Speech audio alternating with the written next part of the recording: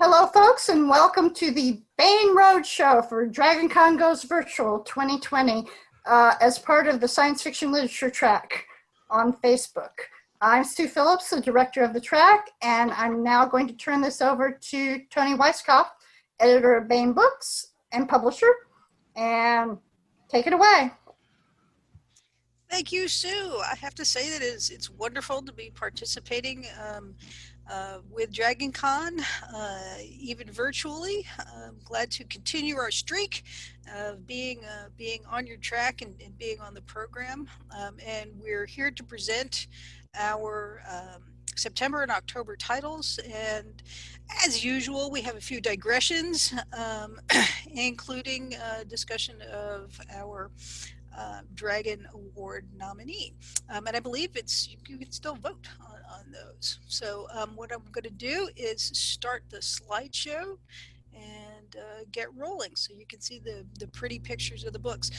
As usual, if you have questions or want to make comments, please do post them on the Facebook the Facebook stream, and we'll be happy to answer your questions.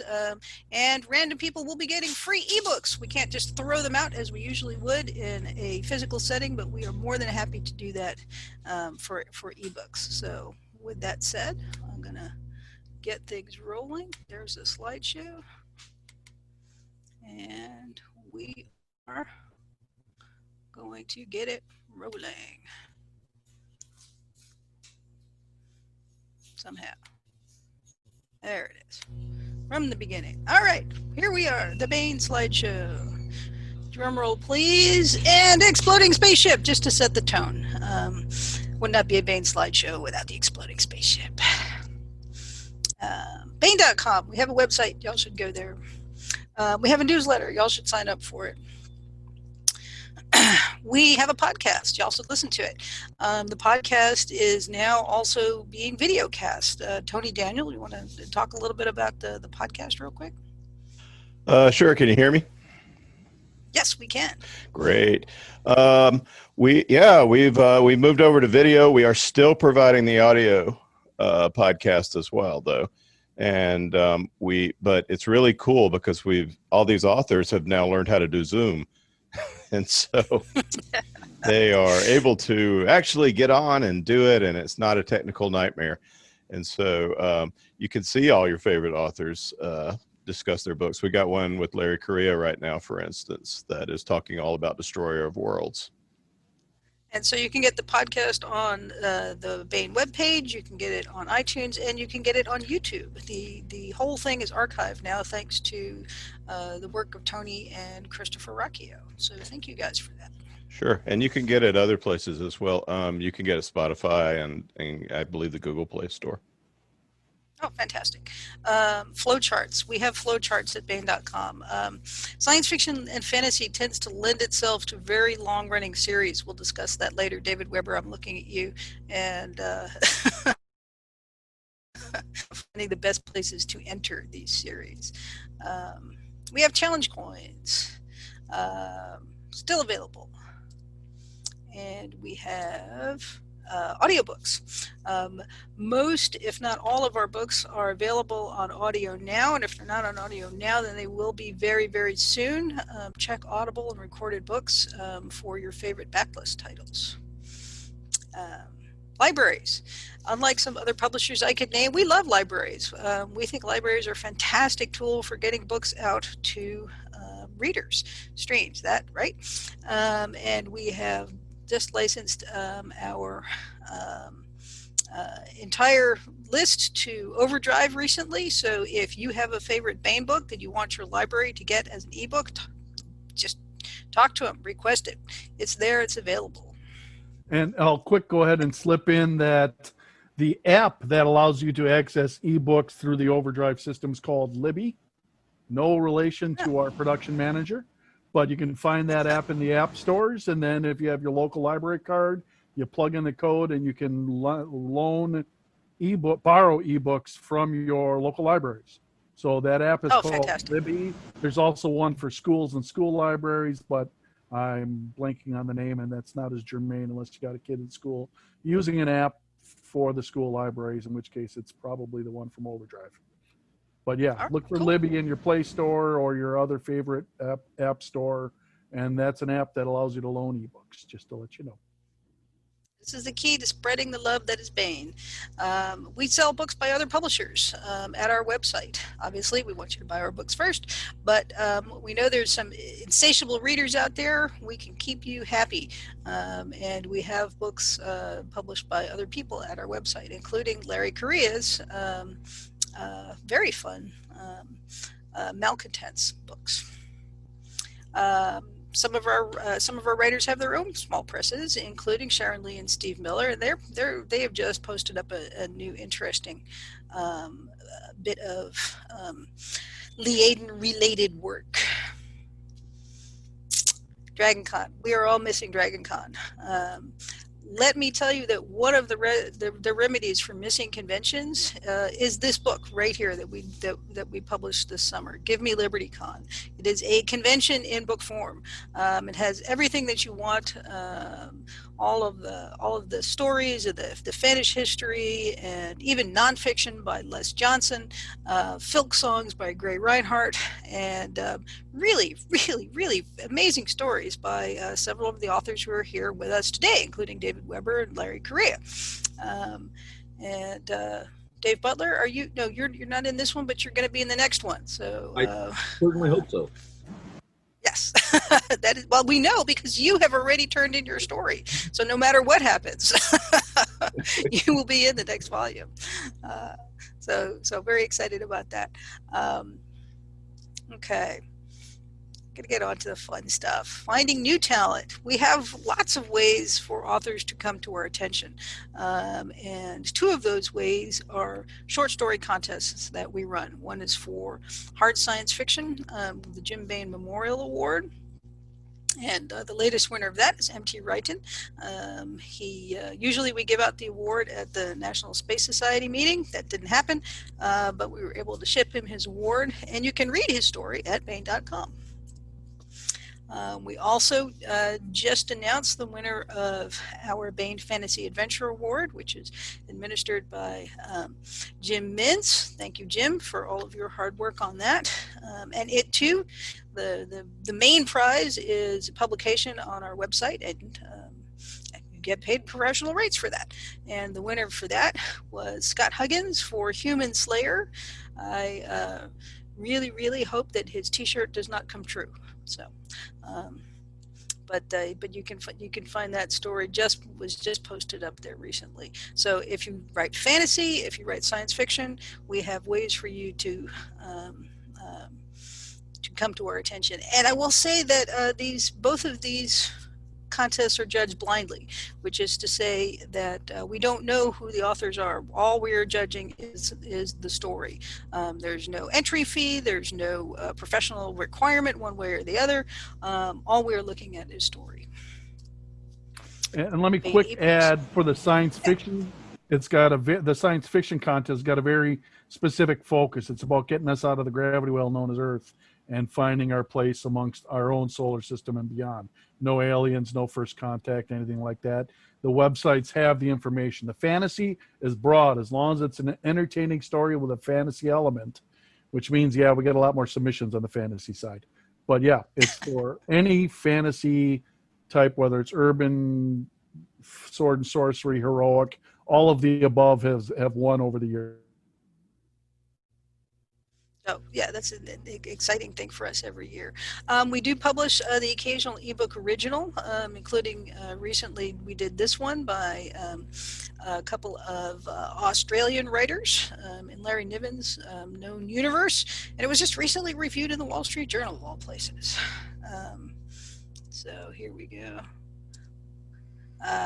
These three out just from... We got in, Hal Kolbeck's last book as well, which is also a Mancazan. Yeah, that'll be coming out. Yep. So we got more coming up from the ebook only program. These books here from Chris Kennedy Publishing are novellas that are related to Chuck Gannon's Nebula nominated hard science fiction series. He also has, his latest book is a book in John Ringo's Black Tide Rising series, and that just came out in hardcover in July, and that provides me with the lead-in that I'm looking for to the Black Tide Rising Indiegogo campaign. We've licensed the rights for a graphic novel to Hound Dog Media, and they are going full out to get this funded. It's going to be a graphic novel adaptation with legendary comic book writer Chuck Dixon writing the script. Mike, do you want to talk a little bit more about this? Sure, yeah. We'll go ahead and have Richard Rosenthal here with me too. He's going to get us started and just give an update on the status of the campaign, and I will walk us through the campaign itself. Yeah, I want to let everybody know we're off to a great start. We're at 35%. I want to thank everybody who has made that possible. And like all campaigns, it's all about momentum. So we just need to keep it going so we can make our goal and get into those stretch goals that we're interested in doing. And let me hand it off to Mike. All right, yeah, as Tony already said, we've got legendary comics writer Chuck Dixon, the co-creator of the Batman villain Baen. Kind of a funny Baen meets Bane sort of a situation. Brett Smith on colors, Darla Santa Cruz on interior art, and this fabulous cover by Star Wars artist Dave Dorman. And this thing is just absolutely awesome. And I was just talking to the buyer of the original artwork the other day, and he's very excited to receive that painting. So yeah, excellent cover. Really, a very different, a very kind of a different style from the book covers, but it sort of bookends the universe very well, I think. I think so too. We've got a lot of sample pages here from the graphic novel that are available that you can see. All kinds of fun stretch goals, and there's another really nice feature that you've got in the Indiegogo thing, which is you can reserve a copy for yourself, but you can also buy a copy for an active service member. And that's a really cool bonus idea that comes from Hound Dog Media, which is a veteran-centric business. So really like being part of that. So absolutely, we've being drawn into the graphic novel is another goal there, which is kind of cool. Good kind of, you can buy a red shirt. Oh yeah, yep. You can be a background character, just as a person. We sold out of our speaking roles. That one went very quickly, and you can be a background infected, or you can get killed by one of the main characters as an infected, which is kind of a cool one. All right. All right. Well, that's we have limited time, so sure. Is there anything else you want to let the people know about this one?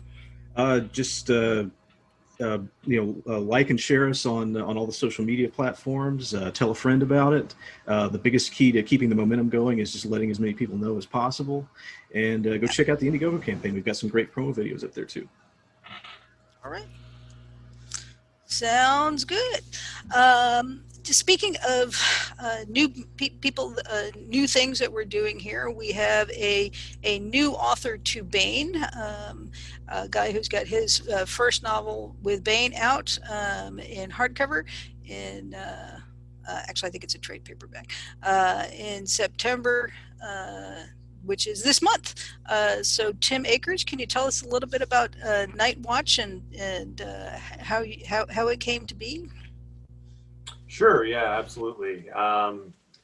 Night Watch. So the elevator pitch for Night Watch is Men in Black goes to the Renaissance Fair. It's basically sort of a hero book. It's about a guy named John Rast who wanders into his local Renaissance Fair, and he's doing the sword fighting competition, and his opponent turns into a dragon, and he has to solve that problem. Heroes show up, but he ends up being the guy who has to save the day. So, and then things get weird from there. Once to point out the cover, man, I love this cover. It's got his opponent there, Kraychek the dragon. Kraychek is hiding in the world as a frustrated suburban tax attorney, and He's the kind of guy who spends too much time doing CrossFit and stuff, but he's actually a dragon. You can sort of see there on the top of his head his bald spot that he's trying to hide with dragon scale and stuff. So he's a very angry man, but John is there to put him to rights. So it's a fun book. That's sort of my goal, is to write books that I want to read, and this is sort of the core essence of my being as a human. So. Well, I love the idea of a tax attorney who does CrossFit actually being a dragon. So I'm really happy to put this one out there, and hope you guys like it too. If you'd like to get a free copy of this, just let us know on the comments feed. Thank you, Tim. And Tony, I should say we seem to be having a problem with the comments. I'm trying to work on it now, folks, for everybody listening. I don't know why they're not working. Getting to it now. Okay, interesting. Doing everything I can. In the same month, we have a very different take on the SCA in the real world. This is science fiction take. There will be dragons. We reprinted John Ringo's book on this, and they're actually fun to read back to back. We commissioned new art from Don Mates on this, and it is as with many other John Ringo series, it starts with the end of the world and goes from there. So, speaking of the end of the world, we have a fun anthology, theme anthology coming out from another new to Baen author and editor, Sean Patrick Hazlitt, we should say Captain Hazlitt, and he has put together a really cool bunch of stories about the World War III that wasn't. So Sean, we'd like to welcome you to the virtual traveling roadshow, and can you tell us a little bit about how this anthology came about and some of the stories in there? Sure. Thank you, Tony, for the introduction. In terms of the way to think about this anthology is it's Tom Clancy meets H.P. Lovecraft. So the number of stories in here, the conceit is, what if the U.S. had gone to war with the Soviet Union, and then with a speculative hook or element in each story. And the number of stories that address this topic, there's so many different permutations and combinations that there's a lot of creativity here. So you have David Drake channeling his experiences from Cambodia to write an amazing story. And then you have, on the opposite end of the spectrum, you have John Langan, who's a very popular weird fiction author who writes about cosmonauts and astronauts, fighting for dominance on the surface of the moon in the shadow of, limited nuclear exchange on Earth. You have stories from Sarah Fleet. T.C. McCarthy has, I don't know how he did it, but he can make a story about syphilis and peyote extremely interesting and hilarious. So I wouldn't trust anybody else with that, but yeah, okay. TC can handle it. TC, if you give him that. And by the way, and to echo what Tim was saying earlier, I couldn't have picked a better cover. I mean, this is really what this anthology is about, and it really nails it. But there's a ton of other Baen authors. It has Mike Resnick's, potentially his last story or one of his last stories before he passed. So this book's dedicated to him. As Tony mentioned in the beginning, I'm a veteran. I served with the 11th Armored Cavalry Regiment. So did David Drake. So there's a few Easter eggs in the story where I kind of cajoled or maybe pressured a little bit some of the writers to mention the regiment, which we call the Black Horse. So it's a blast. Loved every minute of it, and I hope you enjoy it, because I would love to do something like this again, and hopefully if it sells, I do. So thank you. How many of the authors in the anthology are veterans? So you have Stephen Lawson, you have David Drake, me, Brad Torgerson. I'm definitely missing a few. T.C. McCarthy, you can kind of count as, I think his CIA experience, I think would fit there. But I want to say there's between 7 and 9 that I'm probably missing 1 or 2 off the top of my head. Yeah, I think that's a nice balance, that you have people writing about military themes from all different kind of directions and all different perspectives, and I think that's one of the things that makes military science fiction at Baen a cut above the military science fiction you get in other places. It's because we do care about military themes, and we tend to think about these issues more deeply, I think, than a lot of other people do. So another fun And one it to definitely have. helped with, and it Sorry. definitely helped with the editing too. Like even the authors that you know didn't have military backgrounds, I was able to say, hey, you know, you set this story here. There are, you know, missile silos just a little bit here. If you change the location, you know, you do like little things like that. You can actually provide a huge, you know, or make a big difference in the editing process with non-military. Yeah, and these are the things our readers care about too. So being able to provide that editorial support to the authors is important to us. So, all right, well, that one coming out in October. Also out Tony, I figured out go the for it. comment section. Folks, if you're coming to us from the Baen Facebook page and you've not joined the DragonCon Sci-Fi Lit group, you got to hit join group at the top before you'll be able to comment in the section. Figured out the solution to the problem there. And folks, if you want to get that copy of Night Watch, if you would just shoot us a message at facebook.com/BaenBooks, and I will get you a file right after the stream. All right, cool. Sorry to interrupt. No, that's great. That's great. We want to be able to get the books to the people. Every now and then we will reprint one of our books, like as we did with John Ringo's book there, and we will put a new cover on things. Sassenach, the original Sassenach, had an absolutely gorgeous cover by Steve Hickman. It was one of our all-time best-selling books and remains so to that day because it is a kick-ass book. It is an amazing book. And when it came time to freshen things up, the only person I thought who could to follow in Steve's footsteps was Bob Eggleton. He's been doing just amazing covers for us and really getting across the feel of the sense of wonder that we strive for in our science fiction. So this is the cover that we have. Anne McCaffrey, Elizabeth Moon, writing a just great adventure in a new series that Anne created for us. The Planet Pirates, and the next book in the series is by McCaffrey and Jody Lynn Nye, and it is also great fun. Recommend you guys check this series out if you haven't already. I'm throwing Battle Luna in here, even though it's not a September or October book, just because we had so much fun with it. And to give a gratuitous plug to Travis Taylor's TV show, The Secret of Skinwalker Ranch. If you're wondering if it's aliens, so is Travis, and he's doing something about it. He's trying to figure out what trying to explain some mysterious phenomena going on in Utah. So I'm not saying it's Larry. Maybe it is Larry. But Secret of Skinwalker Ranch, he's filming the second season even as we speak. So check that out. My manatee spokesman categorically denies all these allegations.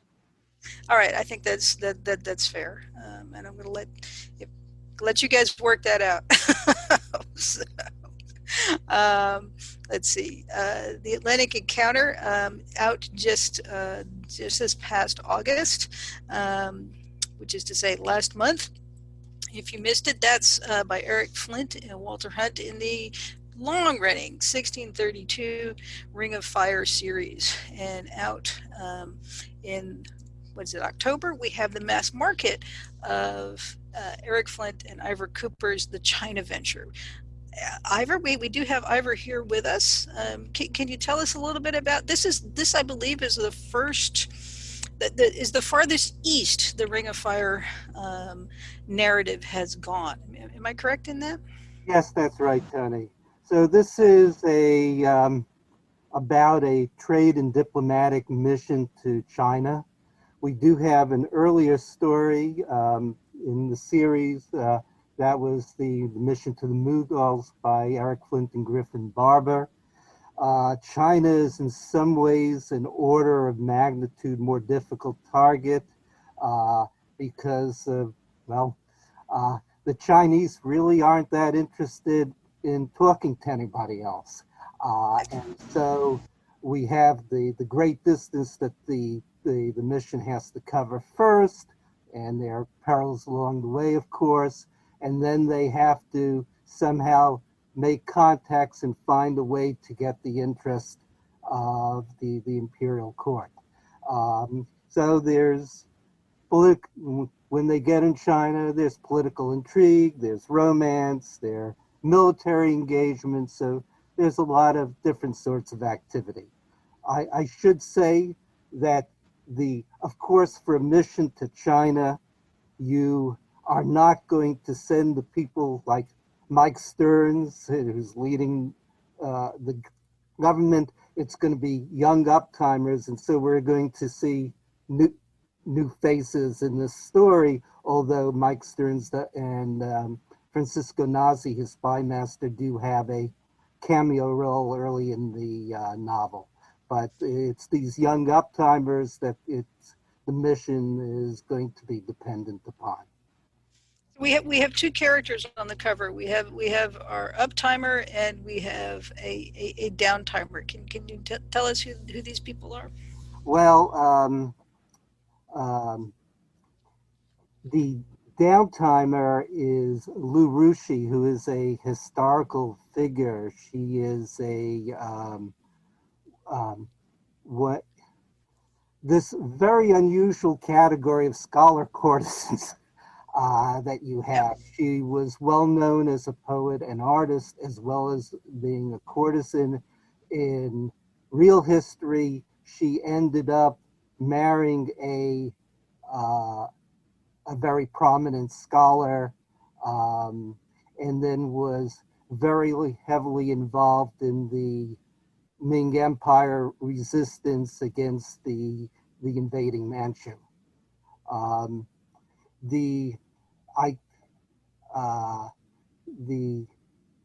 It's hard to say from the illustration, but I think that this picture is not of the person that Lu Rushi was most associated with in the novel, but one of the other uptimers, Eric Garlow, just by what kind of gun he has, who had been actually studying Chinese at the WVU until just before the Ring of Fire. So he had been gotten involved in military intelligence after the Ring of Fire, and did some of the research that led to the China mission being proposed. So he went on it. So that's your reward for proposing the project, as you get to do it. Yeah. That is so true. Well, this one I thought was a lot of fun. I've been interested in Chinese history in an amateur way for a while, and it's really nice to see this series go there and pick up on a really interesting period in Asian history as well. So the China Venture out in paperback in October. I always feel like there should be music that goes with this cover. The inimitable Larry Correia, as depicted by Kurt Miller. This is the cover, the amazing wraparound cover for Target Rich Environment Volume 2, and that came out or is coming out this month in hardcover. And Larry, you want to explain the origin of this cover here? Yeah, I hope everybody else can see it, because all I can see is static. Oh, there it is. Oh. Okay. No, okay, so yeah, so this is actually coming out in paperback. And we had a lot of fun with this cover. What it was Baen covers have a tradition of taking the author and putting them as something from one of their universes for the collection. Like David Drake was Roman senator, Eric Flint was a wizard. So for me, the first one they did was like an MHI action hero. Second one we hadn't decided on yet, and I was at a book signing in Texas, and somebody had brought a stuffed Wendell the manatee, and I did a pose where I was doing Atlas Shrugged with the manatee, and Bridget was there, and she jumped out of the audience and grabbed onto my leg, and it was like a Boris Vallejo painting, and that went viral. So next thing we knew, it was that was Tony told Kurt, okay, there's the next cover, and we just kind of ran with that. It was a lot of fun. Tell us about the stories that are in this one. Oh yeah, so this one is another collection of my short fiction. So it's got stories from several of my universes. There's a new Grim Noir in there. There is a story from the Saga of the Forgotten Warrior. There's also stuff that I've done in other people's universes, like my story that I did for Predator is in there. I did Predator versus Samurai. My story I did for the Aliens universe is in there. And also the big one for a lot of people, hence the manatee on the back cover, is more Tom Stranger. The second Tom Stranger novella is in there also. So it's a lot of fun. I'm really proud of this one. And we should mention that there's a new Tom Stranger story in Give Me Liberty Con that is as yet uncollected. So yes, it's unique to that volume. So if you're a Tom Stranger fan, we have more for you. Let's see. Oh yes, a little book called House of Assassins is out, and that came. Oh, that's right. It was a Dragon Award winner. Yes. And just wanted to thank Dragon Con for giving Larry this award. And the sequel to this one is Destroyer of Worlds, and that is what we have here in September. Destroyer of Worlds, the Saga of the Forgotten Warrior. Can you tell us a little bit about this book? And people, I notice, have been asking about the swords. Yeah, the swords are actually from Tony. The reference swords are from Tony. Those were Tony's collection. Actually, and so that's representative of two of the swords armed by two of the characters in this particular book. That's not Ungruvidal. People were asking if that was Ungruvidal. No, that is not. It's straight. Okay, so this book came out this week, I believe Monday or Tuesday, and we hit #1 in a hot new release category in Amazon. It looks like it's doing pretty good. Reviews are really good so far. People have been really loving it. This is the only series I have that actually gets good professional critical reviews, which I still think that's some sort of trick or a trap. I'm not sure. No, I've had a lot of fun. So book 3 of the series, we follow Ashok Vidal, and it picks up 3 months after the last book, House of Assassins, and it goes right into it. It's there's a genocide going on, and this group of rebels is going to stop it. So it's pretty intense. Really proud. A lot of there's some confusion. Originally, we talked about doing this as a trilogy, but it's actually going to be probably 5 books. I pitched it to Tony as a trilogy. She's saying 6. When I pitched this to Tony as a trilogy, she asked me what I wanted to do. I told her the outline.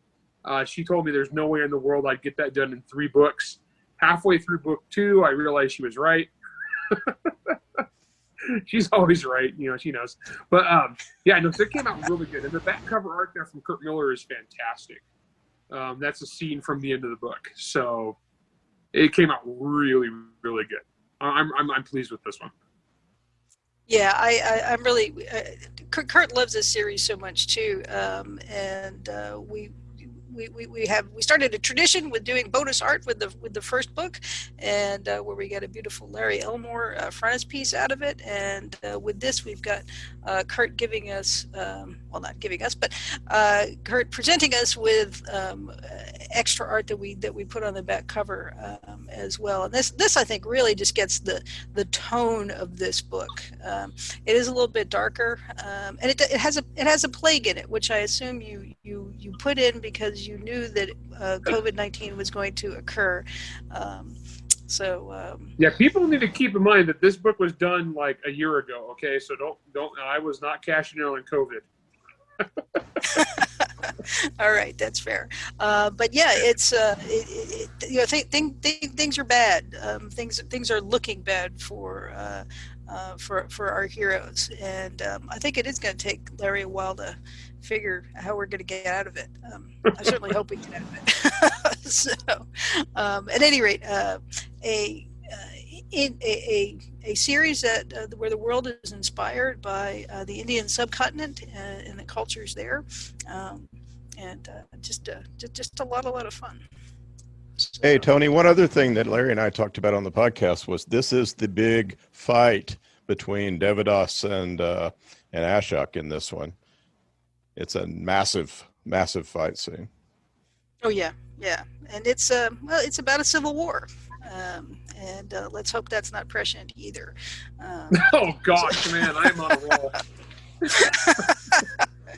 Well, we're not going to go there. We're going to go to the far, far future with David Weber. So, thank you, Larry. The Gordium series by David Weber with a new collaborator, Jacob Holo. Jacob couldn't be with us today, but we have David Weber with us talking about his new book that's coming out in October, The Valkyrie Protocol. And this is a genre that David has not dipped his toe in before. Really, it's science fiction and it's time travel. And David, you want to tell us how this book came about? Yeah, well, this book came about before COVID too. I mean, we go back and deal with the Black Plague, It's true. kind of That's thing, true. Yeah, you got Plague of plagues in your book, too. Justinian, yes. This is, you're right that I haven't really dipped my toe into this a whole lot before, but this is a series that I've wanted to write for about 30 years. It's the idea for it is actually contemporaneous with Honor Harrington's birth. And we just went off in that direction instead. This novel here in particular takes where we were at the end of the Gordian Protocol with the two civilizations that have just discovered that, yes, you really can change the past after literally 150 years of empirical evidence that they couldn't. They find out that they can. They just can't change their own past. But what they can do is they can split off child universes that are closely associated with their own, and kind of events resonate between them until the separation has become complete. In this particular case, that's a bad thing. I told Jacob, Tony and I both told Jacob that he can't kill any more universes in the next book. Okay. He likes big stompy robots and blowing up universes, so I have to restrain him. It's an odd situation for me to be restraining somebody from killing people in my books. It's a lot of fun, and Jacob and I, as collaborators, mesh very well. He is our hard science guy. He's an engineer. And I am the historian and the social side of it. And we both have a deep interest in military history, and that all kind of comes together here in producing this book. I think that the conclusion of this book, and I'm not going to tell you what it is, but I think the conclusion of this book really sets up a very interesting philosophical question about whether the result or the effort is more important in some metaphysical sense. And there's a lot in this book about redemption and about how far people will go to find redemption, especially good people who find out they were part of something horrible. How far will they go? What will they do? What will they risk to find redemption for it? And I think that Theodora Beckett, who is one of the primary characters in this book, is one of the most interesting characters that I've worked with in terms of who she is and what she does, especially at the very end of the book, I think. And whose idea was it to have Samuel Pepys be an action star? Was that? I'm not sure. I think I'm not actually positive. We did so much brainstorming on this one that I'm not sure whether it was me or it's off the wall enough that it could have been either of us. Okay. But explain to people who Samuel Pepys is. Oh, okay. Samuel Pepys was Charles I's basically Secretary of the Navy, and he was one of the most detailed 17th century diarists around. He's a fascinating guy, and as several people point out in the course of the book, you can learn all kinds of new words for portions of the human anatomy because he had a wandering eye and wandering hands, and recorded all of it. He's just a fascinating character out of history, and he lived through the Black Death in London and the Great Fire of London, which hit like in the same year almost. And that is a central impetus for what happens in this book. As I say, neither Jacob nor I had any clue that COVID was coming when we wrote this. But we are the next book that we're already well into, about 70,000 words into, will not blow up any universes. This is an open-ended series, and unlike most of the series that I've been involved in, it does not have a pre-planned end point. This series is going to develop as it goes along, and we're going to be careful about continuity and stuff like that, but it's more watching where it goes on the author's part than it is having planned ahead. That's so refreshing and liberating for me. I think I really, really like this book. And I think people who read it will like it too. I'm going to go ahead and play reader's advocate and say, well, what about the Honor Harrington universe? Are there going to be more novels in the Honor Harrington universe? Eric and I are working on the next collaboration for his spy duo, and all kinds of things are going to happen in there. It's even possible that Honor's decision to go into retirement may have been just a little premature. She may be coming back for a cameo appearance, maybe a little bit more than a cameo appearance in this one. There will be other books definitely in the Honor verse. Yep. I'm probably going to be looking at some different characters. For example, the next Honorverse novel that I want to write is actually the story of her father's service as a Marine before he transferred to the Navy, which will show readers some of what was hinted at in Beauty and the Beast. It will also tell you that Honor Harrington is not the most dangerous member of her family, that this great big teddy bear of a dad that she's been hanging around all this time is the most dangerous member of her family. There's a reason that she tells him at one point, I know who I got my temper from. Kind of thing. I think Paul Simon did a song about that. Something about I was cool before I even knew you. About that. Yes, I did want to mention too that Uncompromising Honor was a Dragon Award winner in its year, and we have just mentioned another Dragon Award nominee. We're publishing the 3rd edition of. If the art will come up, and that is Agent of the Imperium by Mark Miller, who is one of the creators of the Traveler role-playing game, and this is set in the Traveler universe. So if you ever played Traveler and wanted to know more about the universe that inspired it, this is a great fun novel set in that universe. So that one is coming out in November. Just a little look ahead there. And you will see my subtle transition. Speaking of Dragon Award nominees, we have one this year as well, Witchy Kingdom by DJ Dave Butler for I believe alternate history. Dave, can you tell us a little bit about this book? Yeah, this brings into conclusion the first half, the first trilogy of The Witchy War.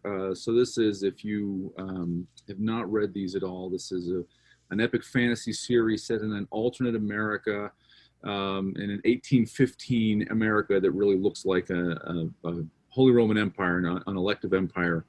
And it's about a young woman who discovers that she's the hidden daughter of the dead empress, and the living emperor, her uncle, wants her killed. So it sounds very much an epic fantasy as well as kind of fairy tale. But actually, all three books have been finalists for the Dragon Award in alternate history. Oh, great! Yeah. Yeah. So the Dragon is a young award still, but I may have set some kind of record, and be heading towards being the Susan Lucci of the Dragon Awards. Always a finalist, never a winner. We'll see. Fingers crossed. Well, she did eventually win, so. That's true. I take hope from that. So this is about so Sarah at the little spoilers here, but Sarah at the start of Witchy Eye, the first book, sets out to regain her father's lost kingdom, her mother's stolen wealth, and her new family she never realized she had. And major parts of that quest are accomplished in the first end of this first trilogy here. This is about Sarah really recovering her father's throne and going beyond where her father ever went in establishing a personal relationship with her father's goddess. And it's really fun seeing her mature, and also difficult too, because we like her, and we see her under so much pressure that's put on her in just trying to survive.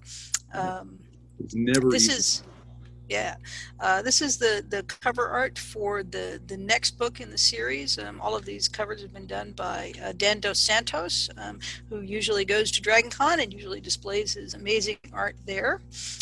He may be in the virtual show, I'm not sure. But this is the cover for that, and we are expecting that to come out in November. Really, I do love these covers, and Dan just knocks them out of the park. And the eARC is available now. I'm going to point out as someone, I'm actually reading an eARC for myself because I didn't work on this one. So there you go. Dan knocked it out of the park with that art. It's so amazing. He's really good. Especially given that the book hadn't been written when he emailed me and said, "What's this book about? Can you send me a draft?" And I said, no. It all came together. We do have another book by Dave coming that just came out, completely different from that series. This is science fiction planetary adventure, and Dave, I see, is wearing his beanie from that universe. You would tell us real quickly about in the Palace of Shadow and Joy. Yeah, I'll tell you about the beanies too.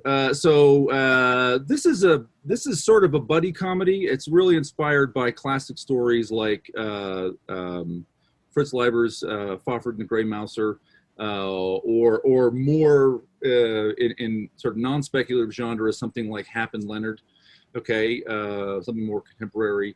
It's about two guys who are smart guys. They wouldn't use this word, but they're sort of intellectuals. They're both smart guys who, because of exigent circumstances, are working as debt collectors and kind of low-level thugs. It is a future planetary. Really, it's a science fiction setting. They don't perceive it as a science fiction setting. They believe things that happen around them are magical, so it's kind of a buddy comedy. It's kind of a noir. It's a little bit sort of double indemnity, with the main characters being Fafhrd and the Grey Mouser, set in the Mos Eisley Cantina. Is kind of my best high concept for it. So I'm giving away these beanies, by the way. Tony, are you trying to? Sorry, I'm not hearing you. Yeah, Tony, your audio cut out. while Tony's connecting her audio, I have actually this week, I'm giving away 5 of these free knit beanies with this horned skull embroidered by Odin's Eye Embroidery. I'll actually drop a link in the chat if you want to sign up for a chat to win. I sort of compulsively give away free things every 2 or 3 weeks. Any luck with the audio, Tony? Good question. Oh, you're back. There we go. All right. I think I'm not on headphones anymore. Nope, there I'm back. I'm glad you can hear me. And thank you for doing the beanies. That sounds like a fun giveaway, Dave. All right, let's see. Also, just out in October, we have another book by Dave and completely different thing. Another spectacular Dan Dos Santos cover with Aaron Michael Ritchie. Is Aaron here with us today? Aaron could not make it. He's got some family stuff going on, unfortunately. Okay. Will you tell us a little bit about the Cunning Man? And yeah. Yeah, so this is kind of a, I think the real genre here is occult detective. It's sort of more bigger genre or more common genre terms. It's like an urban fantasy set in a historical setting. It's a little bit like Harry Dresden in the 1930s. If Harry were a sugar beet farmer with magical skills. So it's about a farmer in the Great Depression trying to fight evil with his grandma Hetty's traditional magical lore. And book 1 is about a haunted coal mine. And we do have a second book already coming out, and I think the E-Arc is out already on that one. Yeah. Oh yeah, February. The Jupiter Knife. February. Yeah, Jupiter Knife. It's Valentine's Day, obviously. Yeah. So I just want to say, too, that we do hard science fiction.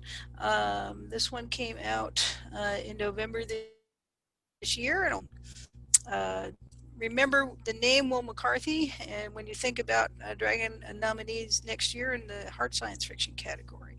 Stellaris, People of the Stars, speaking of hard science fiction.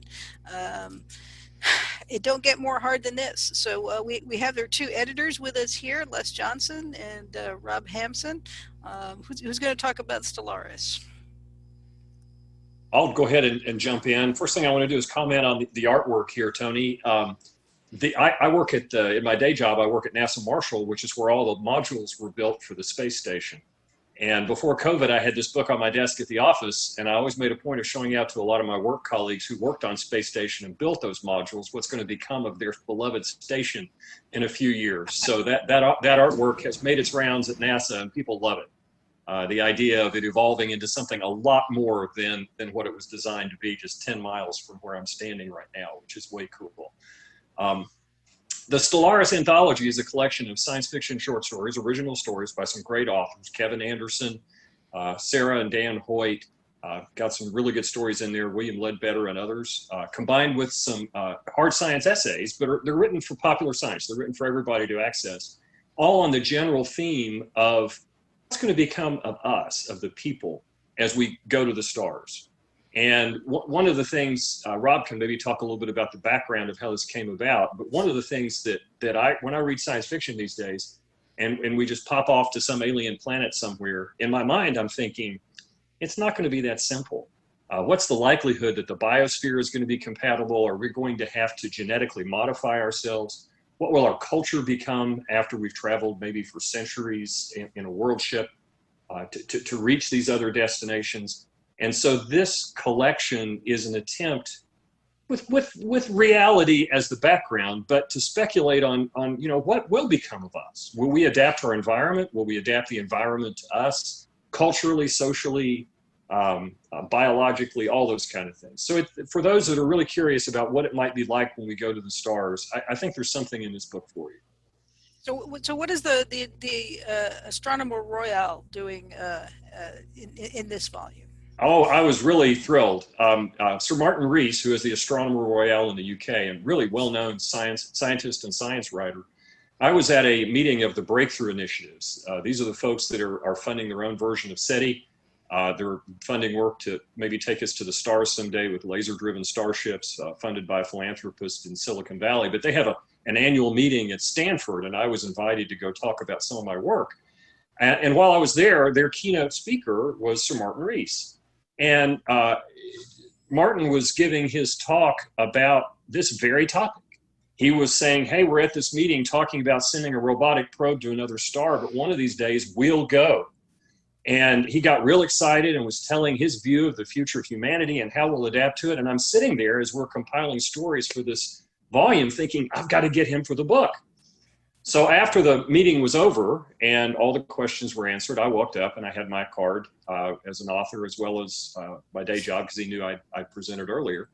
And I said, I don't know what you think of science fiction, but I'm editing this volume. Your talk would be wonderful to have as one of the essays we include in there. Would you be interested? And I fully expected the look down the nose at you, Brit, stereotype attitude of, I don't do science fiction. But no. His eyes got real big. He got a big smile on his face and he leaned forward and said, I love science fiction. Yes, I'd love to be a part of this. So he wrote a tremendous essay, which kind of is kind of the centerpiece of the nonfiction for the volume. He's got a copy of it. I've corresponded with him and he's thrilled with the book as well. Great. So this is out in mass market.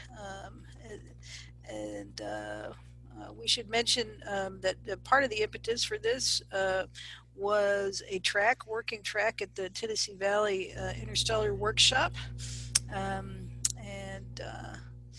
the Tennessee Valley Interstellar Workshop has now morphed into the Interstellar Research Group. Because it's no longer a workshop idea anymore. It's now something that people are working on and making, not just thinking about, but actually making real. That's an exciting thing to be part of. The Founder Effect, just want to mention, also edited by Rob Hampson with his sister Sandra Medlock, and was, if not a direct sequel to Stellaris, a philosophical sequel.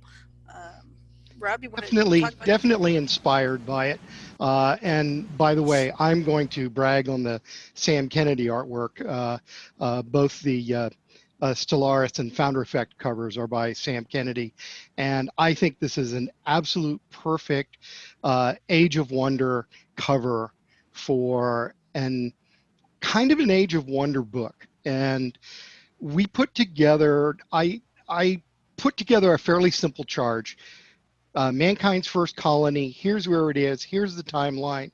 We're not leaving for 150 years yet. It's going to take 160 years on a sleeper ship to get there. So there's going to be events that occur on the ships. There's going to be events when they first put the landers down. And then, of course, David Weber went and messed it all up.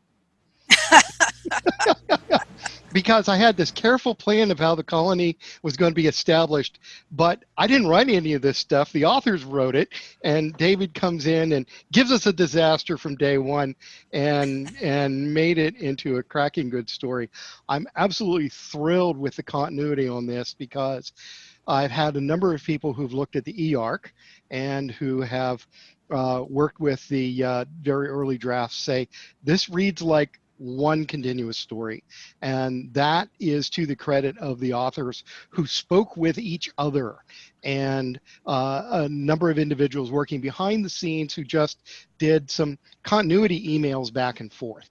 But I am very excited because the whole idea is when you're starting on a new venture, there's going to be heroic and anti-heroic actions, and they're going to become legends. They're going to become myths. And I just wanted to have the opportunity to explore what some of those myths and legends might look like. We have some of these are hard science fiction. Some of them are more on the legendary side. And I was so pleased to see Dave Butler in this volume. So I've got to say, I'm sorry, Dave Weber, but Dave Butler's is my favorite. I'm sorry. We've actually got At We've least it's actually got another three of David. the authors. At least we've got three of the authors in this group chat right now, as well as Larry, who wrote our introduction, and I'm really indebted to all of you. It was fun. Editorial input here. When they're not all on the same call, just say Dave's got the best story. And Ooh, Yeah. okay. Yeah. I'm just saying, an old editorial trick for you. Sneaky, very sneaky. I just want to mention too, Rob's professional credits include not only his editorial and his writing credits, but also he's a research neurologist, and has been consulting with authors for a long time about issues that involve his science background. And it's just nice to see scientists who write science fiction. Really pleased to be able to publish that as well. Yeah, he just spent slew quite a few photons explaining to me why I couldn't have the acceleration levels I needed to have in another novel. I was like, gee, thanks. I made it all work out on my charts, yes. Yeah. Well, I'd like to say that I feel like one of the reasons that this book succeeded as well as it did was Rob's flexibility and continuity as an editor. He was prepared to go where the ball went, and to make it work. And I think that's how you get the best work out of people in an anthology. It was a lot of fun. I suspect that comes from his experience as a parent rather than anything else. But I think also from his experience as a teacher of grad students. Yes, for sure. So that one's, we look to December for that one. Another new book that we have coming out recently was Catherine Assaro's Vanished Seas, another hard science fiction person who is writing far future space mysteries, and this is the third in her Major Bajan series, and this one was a lot of fun. Just came out recently. If you haven't seen it, you should check it out. Another September book we have a new fantasy by Mercedes Lackey and Rosemary Edgehill in one of my favorite series of Misties, the Bedlam's Bards, Elves in the Real World series. This started many years ago when Misty wanted to take on some of the issues of child trafficking and child abuse, and wanted to discuss these in a fictional way, but in a way that would reach would reach the people most in danger. And that impetus behind the series has continued. And this one we have a teenage girl who is targeted because she's vulnerable, but luckily she's got some friends on her side as well. In this case, most of the action takes place in a lake resort, and I would just say that this beautiful cover by Larry Dixon is why I never go swimming in a lake. So. Misty is doing more work in that same series as well. We just had a new one out from Misty and Cody Martin. Both Misty and Cody are both DragonCon stalwarts, and just wanted to mention quickly this second book in their series in the Bedlam's Bard overall series as well. So Weird Westerns, yes. We have the big Misty Mercedes Lackey ebook sale going on in September as well. $2 off The Waters in the Wild and those two Cody Martin Misty Lackey books, and $1 off everything, all ebooks by Mercedes Lackey. So if you haven't yet binge read Misty's Baen books, this is now your opportunity to do this. So great adventures. Weird Westerns. We do Weird Westerns too because David Boop produced them for us. This is the artwork here is by British artist Dominic Harmon, who had tremendous fun researching the Weird West for us. First one, straight out of Tombstone, had a new Larry Correia Monster Hunter Universe story, as well as a new Jim Butcher story. Straight Out of Deadwood is in mass market. This is the second one in the series. It's got a new Charlene Harris, and also one of Mike Resnick's last stories. I think we have Dave here with us. You want to tell us a little bit about this series and these amazing stories? Yeah, thank you very much. Are you guys able to hear me okay? You bet. Okay, good. Yeah, no, this has been a fun series to work on. What's really been fascinating for me is the people who bring some of their existing universes into the Weird West, like Jim Butcher did, and like Larry did, and Charlene, and so forth. It has just been, to say a term, it's been a hoot. There's some great stories in here. Of course, Deadwood just came out in mass market, and I don't know if you have Dodge City image up there too. That's in trade paperback right now, and each one has just amazing stories. Dodge City has Joe Lansdale, and there it is, Joe Lansdale and Jonathan Mayberry have great stories in there. Mercedes Lackey, who we were just talking about, Harry Turtledove, and I've tried to make sure that also, in addition to the big names, people who have written weird westerns previously, but maybe not gotten the exposure. So I've really tried very hard to get some people, some new voices in there. Kim May had been writing steampunk for many years. In Deadwood, I have the husband and wife writing team of Frog and Esther Jones. It's just, there's so much goodness, and it runs the gambit. You've got horror westerns, you've got science fiction westerns, you've got fantasy westerns. Um, so really, whatever your tastes are, you're going to find something fun in here. For sure. Those are great. I saw DJ Butler has a story. Oh, yes, and his from his The Cunning Man series. He Deadwood especially has, it's, I call it my Empire Strikes Back because it's so dark in comparison to the other two. The Tombstone's kind of your Star Wars, it's your gateway drug, and then Deadwood is very, very dark. The stories there, not as many happy endings as you would normally have. And then Dodge City kind of wraps it all up in a Return of the Jedi way without any Ewoks. So you can be very happy to know 100% Ewok free. But one of the things I love about Deadwood is I have this great dichotomy between DJ Butler's story and Stephen Graham Jones, who wrote one of the darkest stories I've ever read in my life. It just looked like resonated with me for a long time. And then Mike, we got to talk about Mike's Resnick's story here for a moment. The irony of Mike's story is it's a story about Doc Holliday having a conversation with the Grim Reaper, who's come to claim somebody else, but runs into Doc Holliday instead. And Doc's like, take me, I'm ready to go. And there's just this interesting dynamic between the two characters. Of course, shortly afterwards, we lost Mike.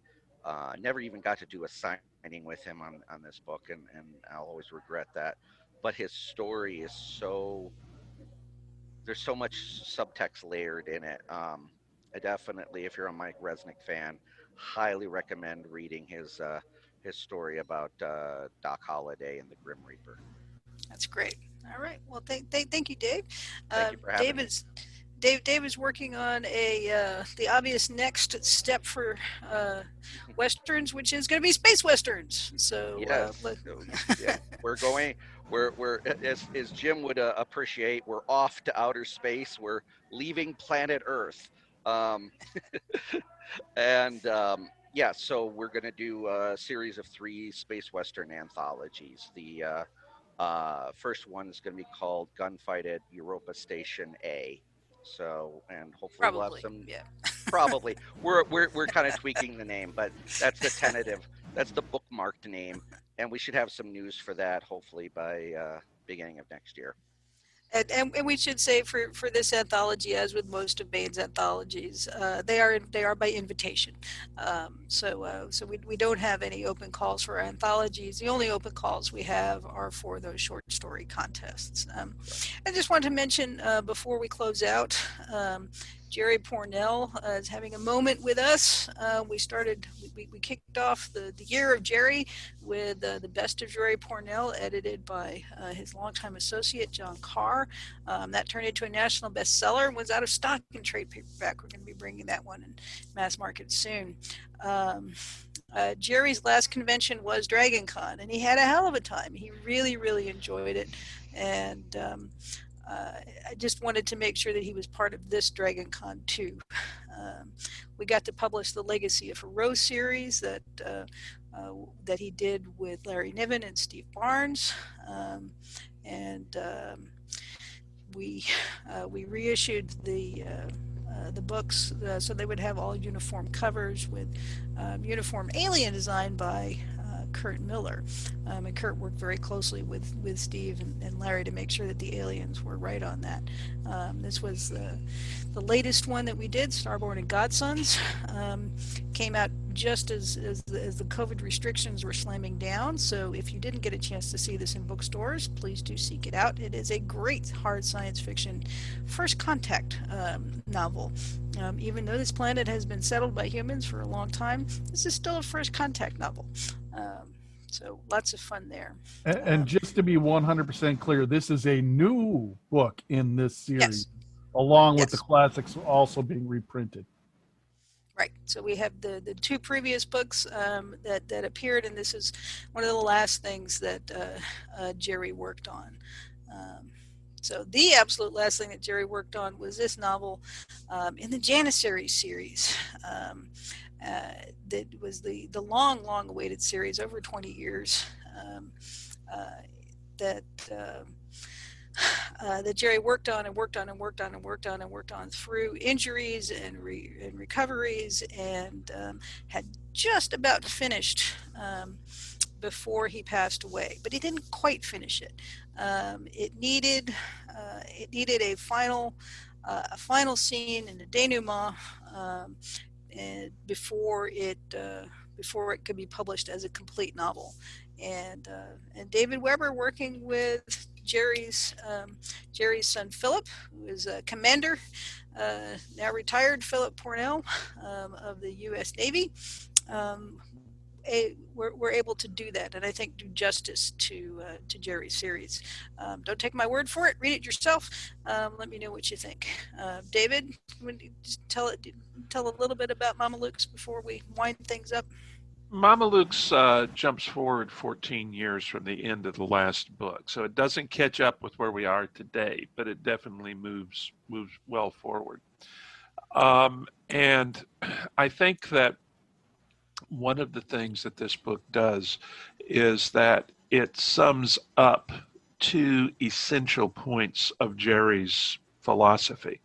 One is actually summed up in the very first book, when Gwen and Rick are talking after Gwen has signed up with him, and it's the comment that morality, ethics is a survival tool. That the moral individual who sticks to his ethics and does the right thing is actually following a survival imperative, which I think is a very valid point, and that he made in the very first book. In this book, he left us explicitly the theme of the book, which was that the only unforgivable sin is despair. And in this instance, we see Rick being tested to the brink of destruction, with despair just crushing him, and how he reacts to it, how he responds to it. Now, Phil and I are going to be writing some additional novels set in the same universe that are going to go in some of the established directions. They're also going to go in some other directions, but we're working from Jerry's notes when we decide where we're going to launch and what we're going to do. And we are not going to try to write Jerry Pornell novels, because nobody can emulate his voice really. What we are going to do is to write novels following his story concepts in his universe that will be as true to the established characters as we possibly can. We tried, especially in this book, to treat Rick with the respect that he deserved as a character, not as a human being, not necessarily as who he was in the novel. And that's important to both of us. That in that sense, we need to be absolutely true to what Jerry was doing. But Jerry himself would have said that the books need to grow as they go along. And we will be doing that in part by focusing on new characters as we move into some areas of the book, of the universe. This was the opportunity to work on. This was a labor of love for me. These have always been some of my favorite books in the world, and to have the chance to kind of get my fingerprints on the first new one in 20 years. That was one of the bennies, okay, of being a Baen writer. It was fun, and Phil and I think worked pretty well together. So I think that the books going forward are going to be fun. I hope they're going to be fun for the readers too. Well, I know you guys are going to have fun. You Oh already yeah, are having fun. oh yeah, oh yeah, oh yeah. One of the things that Phil does when he wears his professional hat is a war game, and he does it for fun and profit. So that absolutely carries over as a skill when you're working on the science fiction book too. Especially when you're trying to follow in what Jerry did very, very well politically was to deal with how the sausage was made in a way that carried the reader forward. And that's something that we definitely want to preserve in these books going forward. Science fiction has a tendency to work in huge overarching themes, and you lose track of the brickwork sometimes. And Rick is a mason, and that's one of the things that we need to hang on to here. Yeah, lowercase Mason. Yeah. Yes. Yeah. Sorry. No. Yeah. Yeah. Well. Yeah. So yeah, I'm looking forward to those. It's going to be a lot of fun. One more thing we should mention too, that Baen editor Christopher Rocchio is a writer, and he too has a Dragon Award nominated novel this year. Christopher, you want to tell us a little bit about that? About the book itself? Yeah, sure. I actually am published by a different publisher. I'm published by Daw Books. I sold the books and got the job here at Baen the same week a few years back. The book that got nominated is this one here, Howling Dark. It's the second one in my science fantasy series. Got nominated for Best Military Science Fiction Novel, still trying to work out how that happened because I think it's a little bit more space opera-esque. But it's set about 20,000 years in the future. The main character is a young man named Hadrian who gets stuck in the middle of a war between the human empire and an alien species called the Skelson. He tells you page 1 that he's the man who ended that war and got rid of all of the aliens. And the story is why and how, and about all the things that aren't in the official story. He's written sort of like his memoir. And so, yeah, the second book in that series is the one that got the nomination. But the first one is this one here, Empire Silence, if you guys want to check that out. But I also do anthologies here for Baen. This one just came out in August. It's a collection of space pirate stories, mostly reprints, especially some more peculiar reprints. There's a Fritz Leiber in here that I think had never been reprinted since the 50s. So if you're a fan of those older classic stories, you might want to check some of these anthologies out. We got Don Mates, who is the creator of the Captain Morgan pirate on the Captain Morgan rum label to do the cover for this one. Yes, we did. He had way too much fun with it, as did we, so I think we'll end on that note of R. We do have a couple questions though that didn't really fit anywhere, so I was holding them for the end. Yeah, go for it. Yeah, Rains and Claire asks, are there any upcoming books from PC Hodgel? That is a good question, and I think the answer is she's working on one, but I don't think we have it in yet. Yeah, that's a great series. Love her Ken Sireth books, the fantasy series that she's been working on. Yeah, it's a good one. Now, the only other question we had was from Tom Monahan. He asks, Tony Daniel, is there going to be a sequel to Guardian of Night at any point in the future? Really like that one. At some point. But right now I'm pretty busy editing, so we'll see. All right. Some ideas. Well, that was it. It was just those couple questions didn't really belong anywhere else in the presentation, so I was hanging on to them. Those folks who missed it earlier, if you want a copy of Tim Akers' Night Watch ebook, just send us a message at facebook.com/BaenBooks, and I'll start taking care of those right after the stream here. There is a link higher up in the comments.